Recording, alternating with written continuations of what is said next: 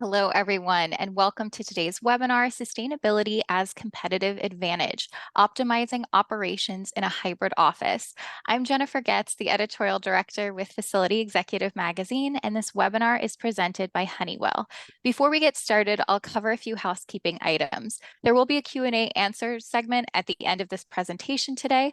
Please find the question box in the dashboard on your screen right at the bottom. This is where you can submit questions for our speakers today. If at any time you experience a technical difficulty, please send us a message via that question section and someone on our team will answer you privately. So for this discussion today, I'm going to be introducing our speakers. Donnie Stern is the Senior Director, Product Management for Commercial Real Estate with Honeywell. He oversees a team of 20 engineers, product managers, quality assurance, cybersecurity experts, and UX researchers. In addition to product leadership, Donnie is also responsible for the global strategy of the vertical, new product introductions, market expansions, and customer discovery.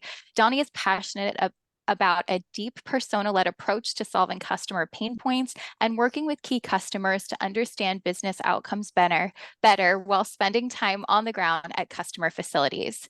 Now, Prad Tripathi is a senior director within Honeywell's Sustainable Building Technology Business Unit and leads the solution consulting for energy and sustainability solutions.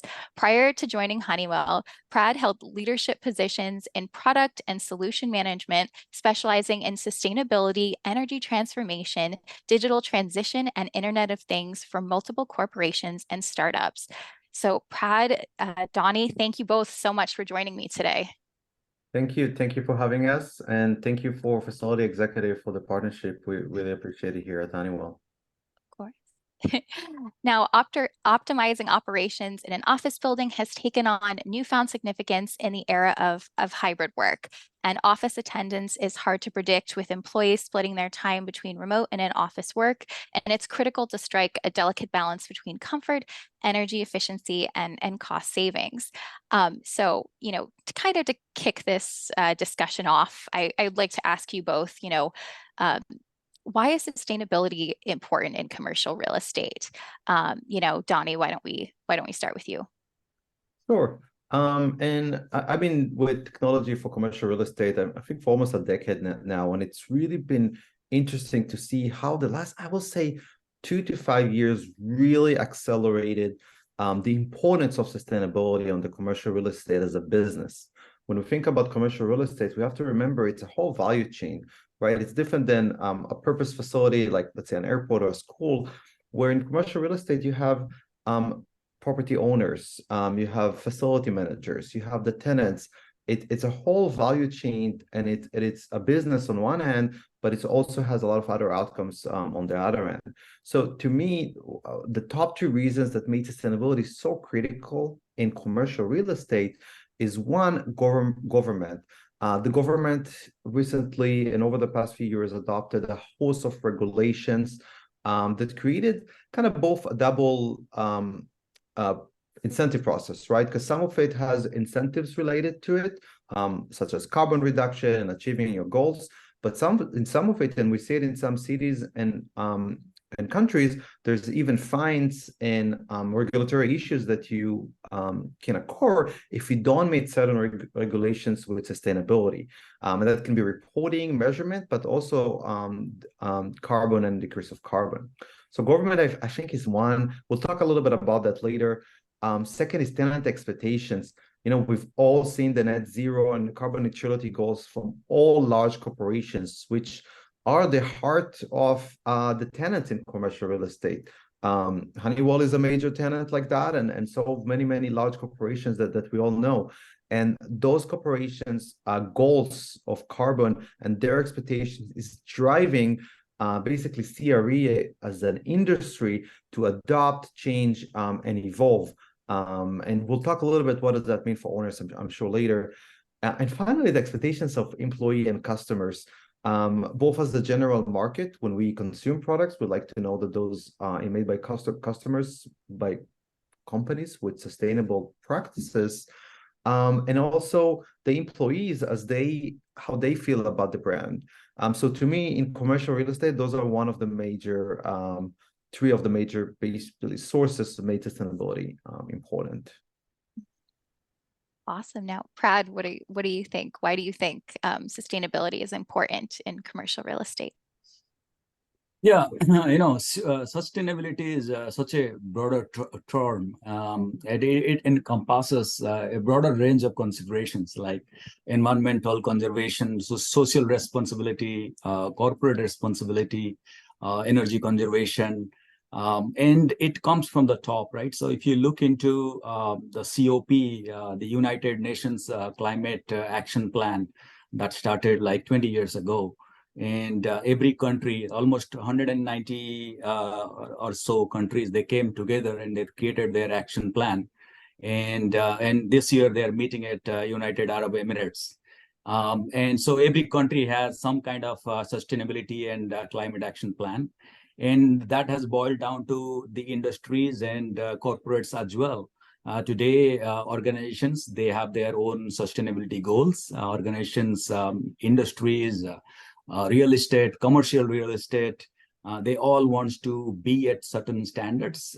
They all have their ESG standards. They want to go net zero by a certain time frame. Depending upon the type of industries or type of real estate, they have certain goals.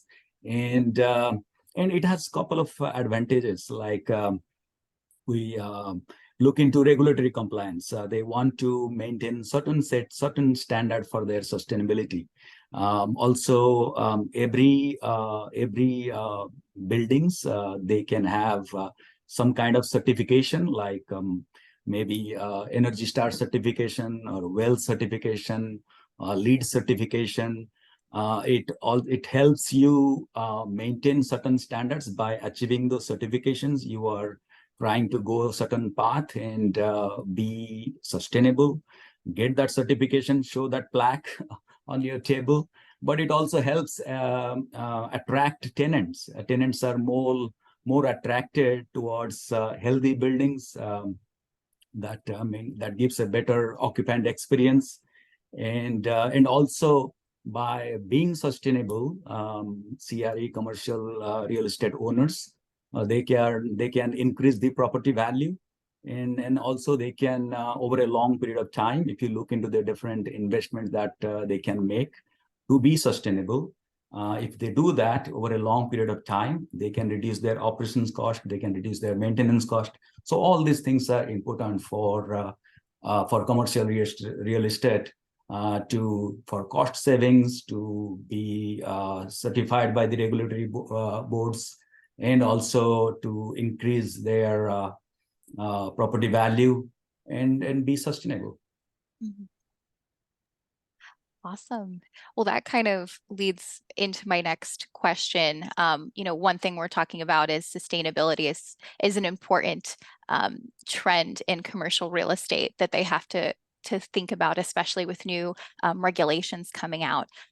Now, what are some other trends that you're seeing in CRE right now? Donnie, would you like to take the? Yeah, absolutely. And we all seen what happened over the last, I would say, 12 months, where return to office has really became the permanent or the view of how the future of work would look like. We're all experiencing that, where hybrid work has became, it all started from a policy, right? It started from, okay, after the pandemic, we'll switch to some kind of a model because we all understood the benefits of remote work and work from home. Some companies at first went to a complete flexible model. In what we've seen, and as the most, I think, major trend that has kept everybody in CRE really, really busy, is hybrid workplace and how to best accommodate for that.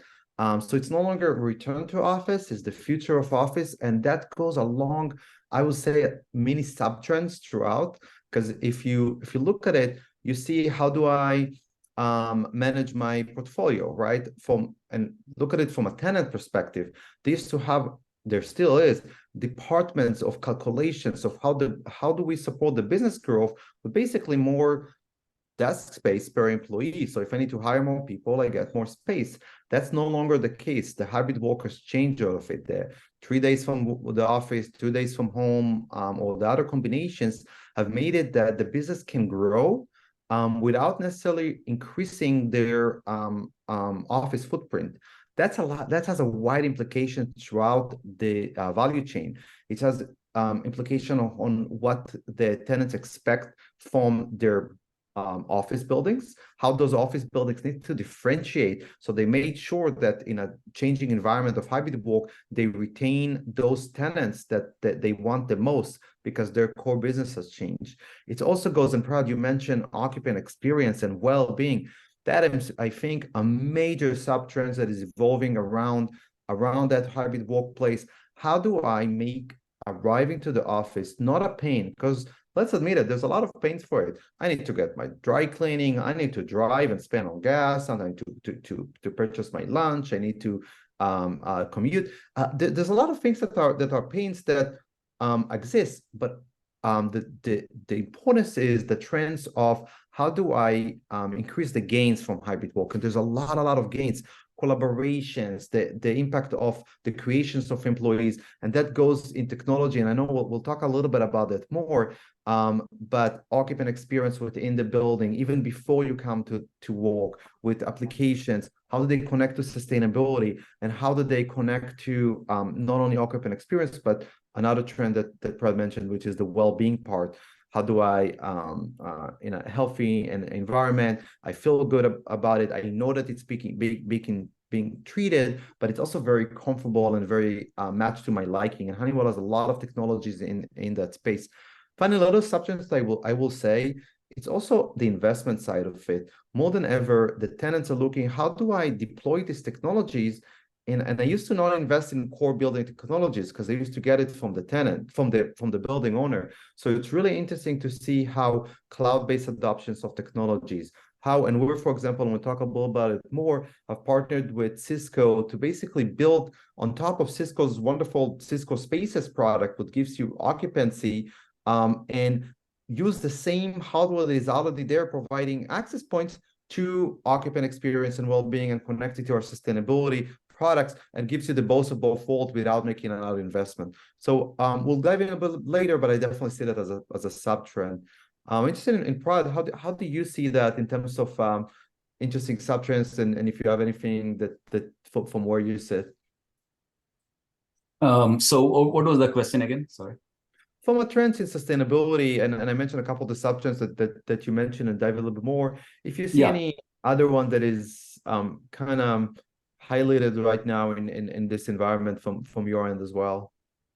Yeah, you touched very good points there. I mean, in today's world, if you look into the crowd that are coming to office, most of them are like Gen Z crowd, right? They are looking for health and wellness. That is on the top of their priority. They are looking for a sustainable environment. And sustainability, it goes much beyond just planting trees. It is also giving them a good greener environment where they can feel comfortable to work. They're safe and healthy. Today they're more aware, and then what makes the building sustainable and good, and they are looking for good working conditions. Companies today, they are trying to bring employees back to the office, so they have to make sure the working environment is more sustainable, make sure the indoor air quality is good, make sure the temperature is good, it is well maintained. And then also, in order to do that, they have to continuously set some baselining, right? They have to do some benchmarking, like in this kind of office environment, how are we doing compared to other offices of similar sizes, right? What kind of carbon footprint we have in our building versus what it should be, what our competitors are doing, or other buildings in the similar territory, what they are doing. What is the energy use intensity? Are we at the benchmark with the other buildings? Are we higher? Are we lower? And once they understand that, and then they can take certain actions, right? So once we understand, okay, this is where we are, and this is where we want to go, they can set some goals, and they can identify areas. Maybe they can go for certain sets of audits. So just to understand where they stand, and which are those assets that contribute to their energy use intensity, and how they can make it better. Yes. Awesome. Now, for large enterprise tenants, what's their role of their leased and owned CRE portfolio in their journey to achieve carbon neutrality? Now, Prad, would you mind taking this one? Yeah. So it's in the similar lines. So first and foremost, large enterprises, large CRE buildings, they consume a lot of energy, and it comes from various sources. So they can have their own fleet vehicles.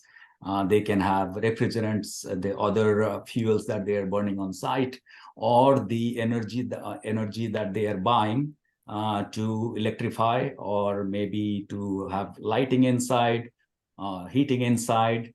That consumes a lot of energy, and that creates a lot of greenhouse gas emission. So first and foremost, as I mentioned, they have to understand where they are. And once they understand where they are, there are various ways to understand that.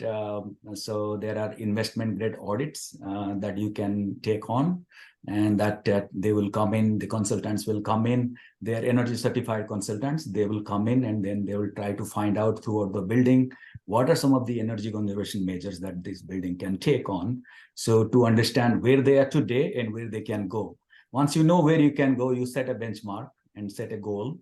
And then some of the things that are easy, like maybe lighting, dimming the light, or maybe taking some easy measures, or some of them can be a little bit difficult, like understand what kind of boilers, chillers, refrigerations you have, and how much energy they consume today, and how can some of those measures be improved.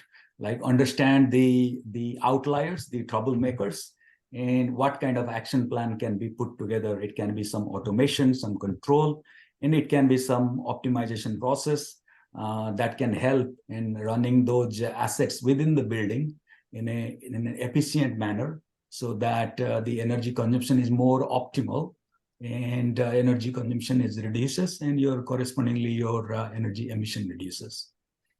So some of those are, I will say, the first things to take care of inside the building. And I like to add to that. It's really interesting, because if you think about it, when let's say you're a person renting an apartment, you pay rent, you not worry about everything, right? You get everything from your landlord, and it's a lot of it is the same in commercial real estate, right? Traditionally, they pay their leases. There's a per square feet price, and they don't need to worry about anything. And it's really, really evolved and changed over the last couple of years, because let's admit it, a lot of these organizations, including Honeywell, made robust carbon neutrality commitments. And there's within the 10K reports, there's already sustainability reports. And a lot of those customers tell us, because we workshop with them and we work them every day, that we made the commitment. Now we need to figure out how to actually do it. And for a lot of those tenants, they have what you call scope 1 and scope 2 emissions, right? The direct sustainability impact of the creation of their product. That can be, if I'm a large chip company, my manufacturing, my supply chain, my transportation of the end product. But then the scope 3, for example, their tenancy in commercial real estate is, in order to reach their goals, they have to also take care of that part of their process.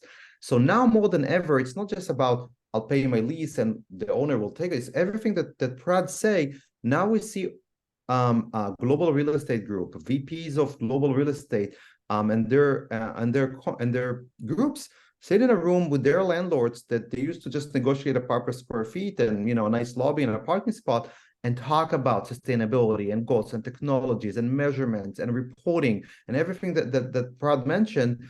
And their role has expanded from, I would say, passive to a very, very active role. And it's also changing the way that owners are looking at it, because now owners have to, if they're not going to have that conversation and not going to allow that end-to-end technologies alongside with partnership of the tenant, because we talk a lot about technologies that needs to be in the tenant space and in the building, right, to control and get to the end-to-end result.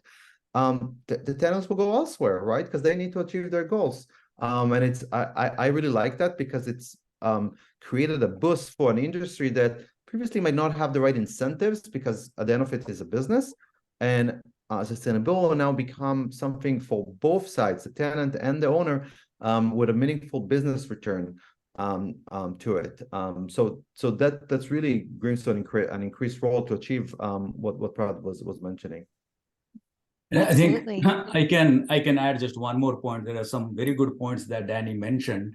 One more point to consider is the investment, availability of investments. Sometimes building owners, landlords, they might be a little bit reluctant in making those sustainable investments. And today, that investment scenario is changing. A lot of investments, if you look into US or Canada or Europe, Australia for that matter, a lot of investment in sustainable assets. So builders and owners today, they can get better financing options.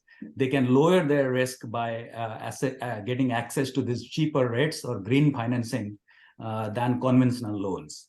So today, investors, they are making sure that they have availability to this kind of loans. And if you do a little bit of research, there are multiple green financing opportunities available. So investment pays for itself. So they make investment in all the sustainability goals, and the investment pays for itself over a long time by reducing both the operational cost as well as the maintenance cost. Excellent point to mention. So one other thing I want to bring up is, is it possible to optimize operations during hybrid work? So obviously we want to make sure that in the CRE industry that they're enhancing the space for people to come in, but also, how can we just make it so we can have the most sustainable approach to having people in the office while they're there and then while they're also at home. And I will give this to Donnie. How about you start off with this one? Sure. It is exciting because hybrid workplace created an opportunity.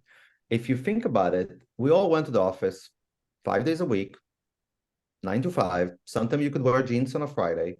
And all of that changed with hybrid work. And all of a sudden, what we see is that even within the 3D2 model, the occupancy is not predictable. You see teams going on a message or sending them an Outlook message or booking themselves on when will they come together so they can be face-to-face. Sometimes they won't come on a Friday. Sometimes they won't come on a Monday. Sometimes different teams will change it up. And the end result is you walk around the office that is in a hybrid setting and you see all those full rooms, empty rooms, full rooms, empty rooms in different times and different days. So it's created a massive opportunity to save on energy, reduce carbon, and increase your operations because you're in a hybrid workplace environment. And the way to do it, and I'm very proud that we partnered with Cisco to enable their Cisco product alongside Honeywell Honeywell Forge for Building Sustainability Plus. That's how we do it in Honeywell. We have a very sophisticated cloud-based product that basically connects to the core of the building, to any building management system that you have, and is able to do something called zone level optimization. And if before the entire floor will just run on a schedule, 9 to 5, it's all just running. That means that from an operational perspective, you keep lights, you keep HVAC, equipment runtime, you spend a lot of energy and therefore carbon to treat sometimes areas that nobody's there. And with being able to adapt on a zone-based level through Honeywell Forge for Building Sustainability Plus is creating a huge operational benefit, both to the building because it's their equipment and their capabilities, but also for the tenant because it reduces your energy footprint. It reduces your carbon emissions. However, in order to do that, you need to know where people are, and you need occupancy sensing. And traditionally, it was hard to do that because even if you had Honeywell Sustainability Plus, Honeywell Forge Sustainability for Buildings, and even if you had zone level optimization that we're launching now, you still need occupancy sensing that can be very expensive to deploy in every room and to commission it and the hardware. And that's why with our partnership with Cisco, we were able to basically bring in occupancy into our system on a cloud-to-cloud integration and have the best of both worlds, both the zone level optimization that optimize both your building chillers, but also on a zone level basis, but also without that massive increase in sensor investment and hardware that is unclear who should pay for it. Is it the owner? Is it the tenant? Well, you just use Wi-Fi that is there. So it's a very, very exciting way to optimize operations during hybrid work. And Prad, Absolutely. if you have from your where you sit, interesting technologies in that, please, sorry to add. Yeah. I think you touched upon a very good point, like occupant experience based upon the occupant sensing, right? So you are making sure how much of the building is occupied and where it is occupied, rather than running an HVAC throughout the building, all the floors, all the zones. You just identify where there are people, and then just affect that area, operate that area, right? And then another thing is nowadays this hybrid mode. There are machine learning and AI algorithms. They are continuously looking at patterns, like which days people are coming in and what time to what time they are inside the office. And it continuously sensing that, continuously tracking that pattern. And based upon that, it learns, and then it makes sure that in future, going based upon the occupant presence in the buildings, and on the floors, on the zones, it tries to schedule in such a way that you are energy efficient and also you are reducing your emission. Yeah, so it's kind of a win-win. That's right. Speaking of technology, now we're going to kind of flip it over to, instead of, how can tenants, use technology to, make the experience for their staff or for visitors that come into their spaces. We're going to focus on, how can technology be leveraged to attract and retain tenants?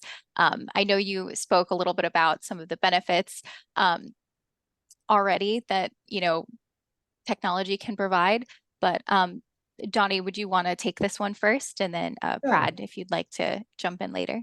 Honestly, it's the owners that are now using technology to attract and retain, and I'll explain how. So, Okay. Prad, you mentioned earlier LEED certification, and that has been kind of the goal. It still is, right? If you achieve a gold, LEED, silver, gold, platinum, it's incredible for the building. However, what we see is that there is more than that is now coming for technologies implemented in the building, specifically around sustainability and occupant experience, healthy buildings, and well-being. And owners using that to differentiate. Because I mentioned earlier, hybrid workplace has caused demand to shift.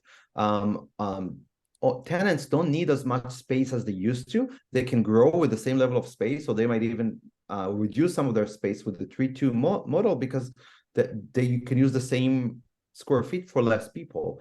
So owners needs to make sure, and they tell us, we have an advisory board with some of the world's largest owners, and we work with a lot of those, both owners and tenants, and they tell us, I need to make sure I differentiate my building so they don't go to the building next to me. And a lot of it is the already built environment, the environment that are looking how to transform, so they won't go to the shiny building that opened across the street that is fully electrified. And how can I bring technologies that augment what I have to differentiate and attract those tenants? And the second part of it, and that goes to what we mentioned with zone-based optimization and sustainability and Honeywell Forge Plus, and what you can do with Cisco with sustainability, goes to occupant experience and applications that help you control and make it a frictionless access for employees. There's a lot of technology in that regard, which could be used to basically make sure that those tenants stay in your building. But one problem that owners came to us and they said, hey, we do all that work and investment, but we don't get the credit. The tenants doesn't always see, because it's in the boiler room, in the back end, they don't get to see. And what the tenants are telling us, I want my employees to be able to see and experience all of that. So it's really a matter of celebrating success That's why we worked, and Prad mentioned it earlier, around measurement and reporting. And we worked with our owners and with our tenants to take all of the benefits we get from our sustainability and occupant experience solutions and what we're doing with Cisco and with zone level optimization and push it in front of the tenants. And we do that. We built digital signage capabilities that has the number of trees and the number of gallons of gas that avoided, and what would it be if we didn't have those technologies. So it's really in a very delightful way showcasing the building in different places just for that tenant or just for that building. What has technologies done in order to improve sustainability and occupant experience? And it's creating that employees that work in those buildings, and we've done that research and we talked to those employees, they feel that they creating their part in helping the environment, and it's making their tenants achieve their goals as relates to employees and brand. And we also work to create standardized sustainability reporting, so those tenants, the owner could report to those tenants and they can use that for their own carbon and emission reporting. So technology is important to be there to differentiate, but the way to leverage it is differentiation and celebration of success. And that's really a big part of what we do. Yeah, that's awesome. Now, one thing I wanted to just follow up on is the standardized sustainability reporting. I'm kind of curious, how is that kind of developed, and how do you work with building owners? Can I take one more? I'll add one more point to what Danny just mentioned regarding technology. Yeah, of course. So we talked a lot about technology inside the building. So we are talking about monitoring and managing and controlling the HVAC systems, the boilers, the chillers. And by doing that, we are being more energy efficient and we are reducing energy consumption. And then that is how we are reducing our emissions as well. And then also you look outside the building, right? So if you have depending upon the size of the building, of course, if you have a big parking lot, then you can provide covered parking for tenants. And that is also the best place for providing solar canopy. That gives you covered parking space as well as on-site renewable energy generation. That way, you are avoiding greenhouse gas emission and you are moving towards your net zero targets, right? So then you can also add control system to manage the parking lot, manage and monitor in the parking lot. You have EV now, there are the EV charging station everywhere. Let's say you have EV fleet, then they are there and you can put EV charging stations so that you have solar coming in and they can provide energy directly into the EV charging station, or you can have a battery energy storage system there. And depending upon the time of the day, you are charging the energy storage from the solar, and then that energy going to the EV car. So now you have free energy from the sun, right? So that way you are another way of making use of the renewable energy, using that for storing energy, and then doing some energy arbitrage, like depending upon grid power. Sometimes depending upon the situation, there is a time of use rate. Certain times of the day, the price is very high, like morning time. And that time you can get power from the solar, charge the energy storage, battery energy storage, also charge it to put it into the EV charging station, or you can also supply that to the building. And at night time, when the price is low, you bring that in. So that gives you this energy arbitrage option, right? And then you might think, well, for a commercial real estate, why should I make this kind of investments, or where do I get the investment from, right? Earlier, I mentioned that there are a lot of green financing options available today. And over the last couple of years, there are other discounts and rebates and grants and initiatives that has come into picture, especially over the last 2 days. So there is funding from DOE, Department of Energy. There are funding for like state funding. There are funding from the utilities. And if you look into US only, like if you look into Northeast, there are state funding for New York, New Jersey, If you go to California, they have funding. Almost every state has some kind of funding for renewable energy or energy storage, or maybe an EV fleet. There are municipal funding as well.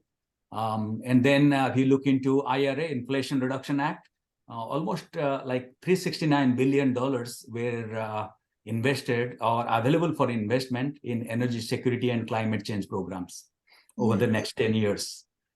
So that helps in lowering energy cost and increases cleaner production of energy and reduces carbon emission. Another way to look at it is the IIJA, Infrastructure Investment and Jobs Act. Also, it is known as the bipartisan investment law.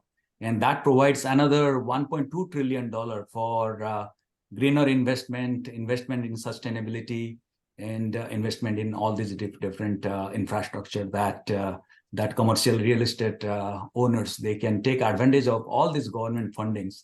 So that in cases, we have seen in some cases, by taking advantage of all these rebates, pre-tax, post-tax, discounts, if you take all this into account, almost you can get 50 to 70% of the cost of the investment that you are making in either solar or maybe battery energy storage in your parking lot, or maybe EV charging station that you are putting in your parking lot in the commercial real estate space. Yeah, it's so cool. Just the solar energy potential and how much can be utilized in that way. I think that's incredible. And like you said, there are so many different resources that CRE professionals can start pulling from now. I've been doing a little research into the Inflation Reduction Act. So, Donnie, are there any other kind of, I guess, reducing energy consumption is a big deal, but is there anything else technology-wise that you're seeing in that area?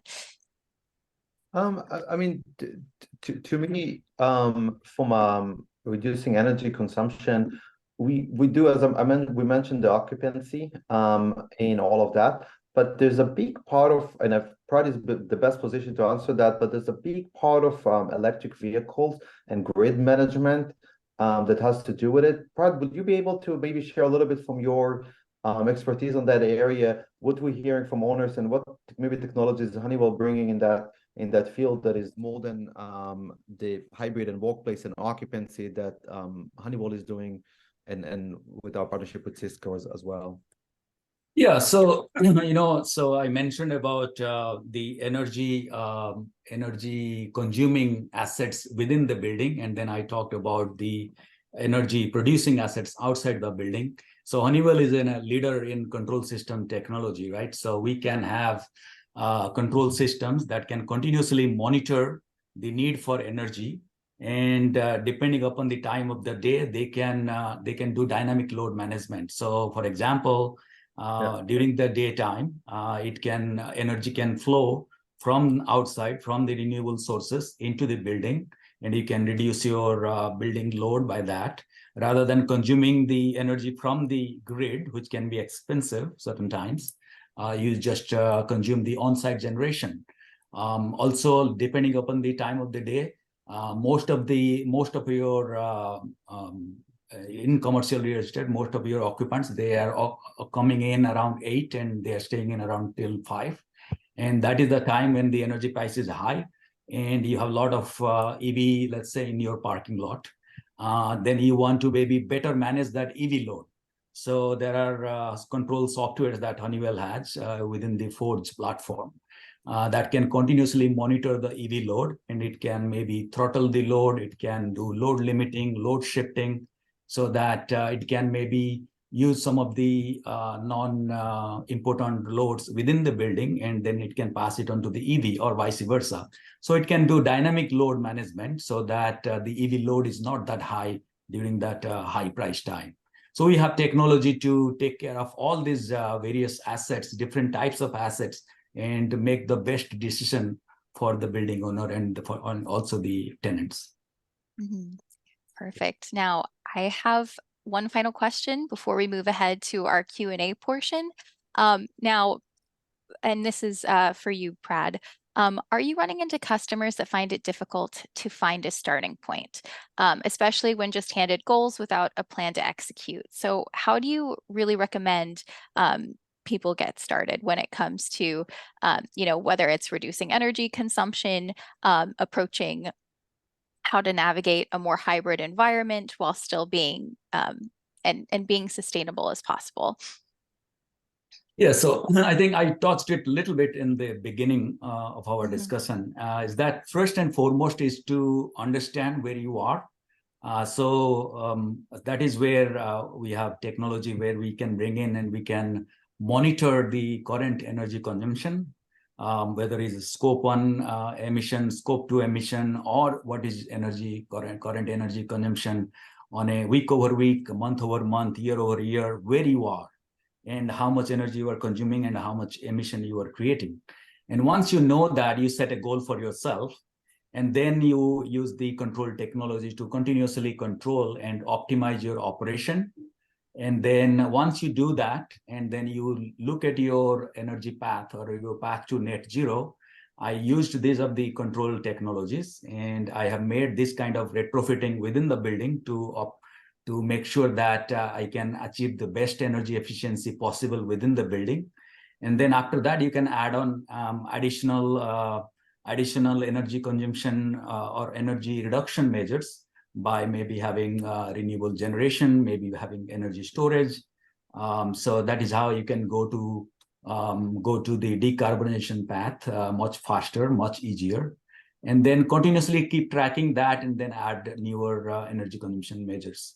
So most of the cases, if you do monitor, do control, and do optimize and decarbonize using all these different technologies, you will be able to reach to your target.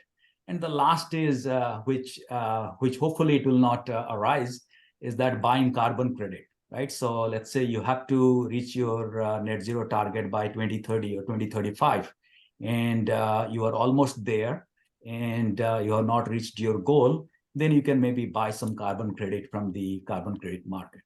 But most of the cases, if you take action today and you have so many years to reach there, hopefully you will reach your net zero target well ahead of time or at time. Yeah. Get the right Honeywell technologies and EV batteries, zone-based optimization, the Cisco partnership, and you'll be on your way.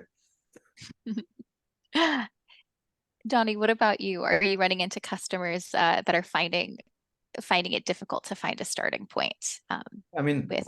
all of them, honestly. Like, I don't think I Yeah. had a customer that says, "I got it. We know exactly where we're starting," because you can do so much, right? And you have to make a lot of decisions, right? Do I find technologies that augment what I have, like flow-through buildings that doing cloud-based and connects to existing systems, or what we're doing with Cisco? Or do I have some systems that are so aged, they're 25 years old, and I have to make an investment to replace it? Do I go to LED? So there's questions about what's right to invest when. There's question about returns and financing, as Brad mentioned. There's questions about, do I measure first or differentiate first? So I think all of our customers have where do we start? And I think the best answer to that, discover that together with a good trusted partner that has done it several times with other customers. I know that when Honeywell doesn't do it with our customers, we first just help you see where you are before we even measure anything. Outline your options, help you understand, do the surveys, and kind of outline a roadmap for you with different options at different levels of investment levels and different technologies. So I think it's not that scary once you get started. And we want to partner with our customers to do that. I just came back from a workshop with a customer that a week, and it's really fun to kind of put a goal out there and options and start getting to that journey. And we see how tenants cooperate with that, especially what we're doing with Cisco. You have to get the tenants together with the building in order to connect all of that, right? As the Wi-Fi might sit in the tenant space, the building might have the building systems, and it's really nice to see how tenants and owners work together to achieve that. So it's hard, but with the right trusted partner, you could be on the right way to your journey. And we would love to partner with you to do that. Mhm. Great. Well, hey, Donnie, Prad, thank you so much for speaking with me, for answering my questions, and thank you to our attendees for sending in questions. I think we're going to move ahead to our Q&A now. So it looks like Mary has a question here. I manage and operate an older building. How can I improve my building? And to improve my building, will I need to make a big investment? You know, Donnie, why don't we start with you? Also quickly, because I want to also hear what Prad has to say about that. The answer is no. We never. The easiest way to achieve big improvements is to make big investments, right? Tear everything up and build a new one. That is not what we advise at all to our customers. We actually build a technology to minimize investment, to think how we leverage AI and modeling and streaming data to cloud-based applications. That's why we've launched the Forge for Building Sustainability Plus. That's why we're launching zone level optimization. That's why we did this partnership and works on top of Cisco Spaces product in order to say, hey, don't make an investment in occupancy sensors. Get it from your existing Wi-Fi infrastructure. Don't change and rip and replace your BMS. We'll create a smart cloud-based optimization system that has all the modeling in our platform, and use with your existing BMS as long as it supports some existing industry protocols. So to the question, do I need to make a big investment? You don't have to. And it's all about where you are specifically. What is the equipment in your building? What are your goals? What is it that you're trying to achieve? And we help you assess that. And as Prad mentioned, we also help you with get that green financing. There's so many incredible new financing options off balance sheet and things that really help you make the right investment at the right time to get the right returns, and leverage technology where maybe if you wanted 5 years ago to do that, you had to make a really large investment, but now the technology is there, and we are always thinking about that to be mindful in that. Prad, do you have anything? I'll just add one more thing. Like before making any big investment, all you need to do is an investment grade audit. So there are ASHRAE. ASHRAE is the American Society of Heating, Refrigeration, Air Conditioning Engineers, I think. So ASHRAE level audit. So there are certified energy managers, energy engineers. They will come to the building and they will do a very good investment grade audit. And they will take pictures, they will look into your boilers, chillers, and other assets, energy consuming assets, heating assets within the building. And they will create a comprehensive report that they will give it to you. And then once you have that report, just sit down with the engineers and then understand what are some of your options. Once you understand that, then you will know, okay, maybe with minimum investment, I can take steps 1, 2, 3, maybe some little bit of investment, I can do 4 and 5, and then a much bigger investment, maybe 6 and 7. That is where you understand what kind of investments you need. And if you need some bigger investment, that is where you go for the investments through the government-backed investment or other types of investment. But definitely understand what are your options and where to start from by doing that investment grade audit. Honeywell does some of those audits as well. Awesome. Now, another question we have here from George, how can building owners and tenants work better together in order to achieve their desired outcomes? And then Prad, would you like to take this one to start? Yeah, I mean, it goes hand in hand, right? So Yeah. like if the building owners are making some investment, it is ultimately helping the tenants, because the tenants' energy bill goes down, their heating bill goes down, right? So that's how by making investment, they are helping the saving energy for the tenants. Their bill goes down, their cost goes down, and it is also helping the operation and maintenance cost reduction for the investor, for the landlord, right? So it's helping both. So that's how they can go hand in hand. And you are providing a better health and wellness opportunity for the tenants, and tenants are giving you that same benefit back. So it is benefit for both. Mhm. To add to that, what Pratt is describing is the triple net lease, right? What we've seen in commercial real estate, most leases are triple net, which means that the tenants end up paying for the costs of operations of the building, that the bills of the energy. In the owner, they have the investment in overall equipment in the building, but at the end of the day, they need those tenants, right? They need to retain and attract those tenants because they will pay the bills. So what Pratt is describing, there's really alignment of interest and alignment on incentives. Everybody wants to reduce energy, report on it, reduce my carbon, celebrate that, reduce my costs, my bill goes down, my equipment goes down, my building is more attractive. I think the problem is, and what maybe kind of ties down a little bit, and I think a lot of people in the call I bet experience that, is kind of like the history of how business used to be made in commercial real estate. Because there's a lot of things like my lease doesn't let me connect to control the energy, or like owner saying, why would a tenant be able to control that, and or to be able to have a say even in that, and that is evolving. So I think the best way to owners and tenants work together is to try to put those, I will say, traditional incentives and ways of operations in CRE on the side for a little bit, and not let lease language, what we see a lot, large customers, large tenants come to us and say, hey, let's start with our own portfolio. Let's not touch our lease portfolio, because then we'll need to deal with the landlords. And landlords are saying, does that make me more money? How would I make my return for my investments? Because I'm liable for my investors.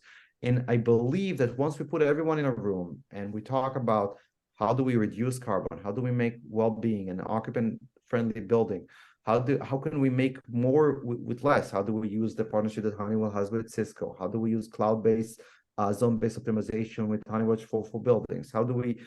Then it gets to, okay, we can differentiate. I can attract my tenant if I'm an owner. If I'm a tenant, I don't need to make that big of an investment, and I could achieve my sustainability goals and my well-being goal and stay in that building because I made all of that effort. So I think that will be key to do in order to be successful in working together as between tenants and owners and facility managers. Mhm. Awesome. Now, another question we have here from Kelsey. Can you describe the workshop method? What are the goals and how does a customer engage? Wow, that's a great one. That is honestly one of the best, I think, methods that we do. We love to co-innovate with our customers. We love to go and to imagine with you and align your vision with you, and see what does that align with Honeywell products or other products in order to achieve your goals. So that workshop method is that when we go together with a stakeholder from the customer side. That could be somebody like a sustainability leader, that could be a tenant experience leader, and we plan together what are the most, before the even workshop, we do a pre-workshop, we do it online, the first one. What are you trying to achieve? What are your biggest problems to solve? Who are the stakeholders that you need to bring from your own organization? This is not just Honeywell trying to sell you something, right? We're trying to solve a problem that you haven't solved before. So we map out with you, well, I need to bring the IT leader. I need to bring the sustainability person. I need to bring somebody from finance. I need to bring the owner representative. So we identify all those people's and titles. We identify who needs to be there from the Honeywell side. Could be a sales executive, could be Prad from an engineering product perspective, could be offering leaders like myself, Jose, and others in the vertical, and could be really, and we have those across the world. In what are we trying to achieve? We build an agenda. We bring our UX teams to many of those, which has a lot of methodologies, right? For example, we prioritize everything, and we do a forced prioritization exercise, or something we call the money buying exercise. When you have, let's say you have $1,000, which would you buy first? A decrease in carbon from that, or an EV charging solution, just to try to force prioritization.